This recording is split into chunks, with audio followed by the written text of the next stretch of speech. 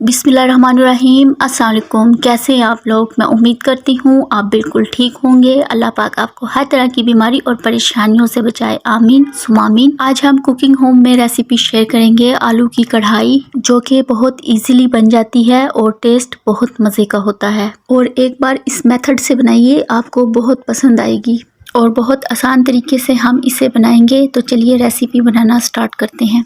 तो यहाँ पर कढ़ाई में हम हाफ़ कप ऑयल लेंगे और इसे मीडियम आंच पर गरम कर लेंगे।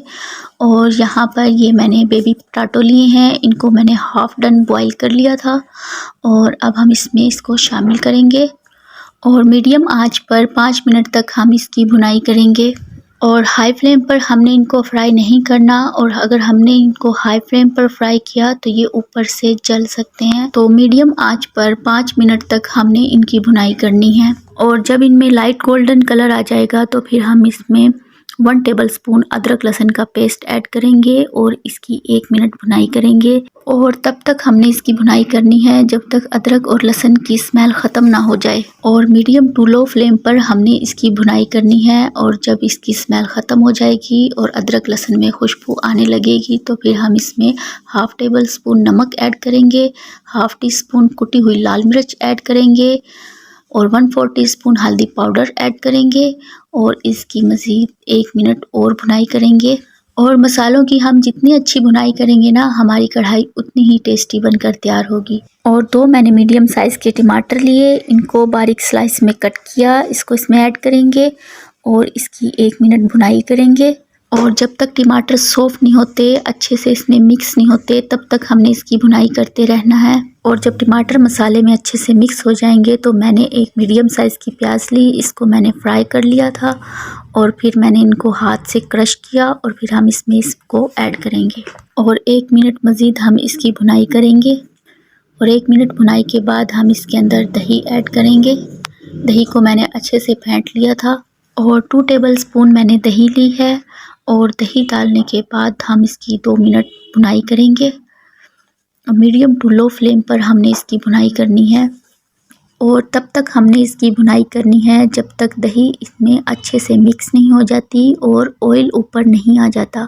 और जब इसमें ऑयल ऊपर आ जाएगा तो फिर हम इसमें 1 टेबलस्पून कुटा हुआ धनिया और ज़ीरा ऐड करेंगे। धनिया और ज़ीरे को मैंने ड्राई रोस्ट कर लिया था।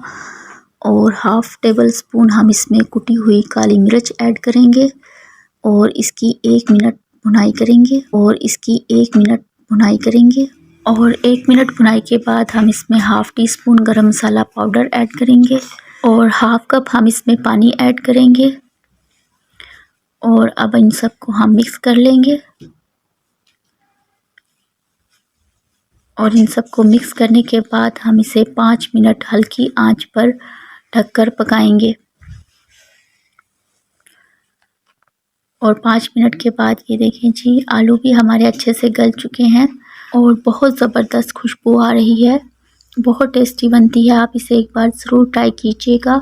और इस स्टेज पर हम इसमें 2 टेबलस्पून क्रीम ऐड करेंगे। आपके पास है तो आप ऐड कर दीजिएगा, अगर नहीं है तो आप इसे स्किप कर दीजिएगा, लेकिन क्रीम ऐड करने से इसका टेस्ट बहुत अच्छा आता है।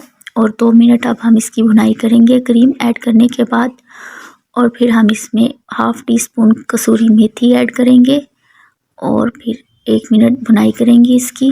और 1 मिनट भुनाई के बाद आलू की कढ़ाई हमारी बिल्कुल रेडी है। और अब हम इस पर अदरक, हरी मिर्च और हरा धनिया गार्निश करेंगे। बहुत ही टेस्टी आलू की कढ़ाई बनकर हमारी तैयार है। तो अब हम इसको डिश आउट करेंगे।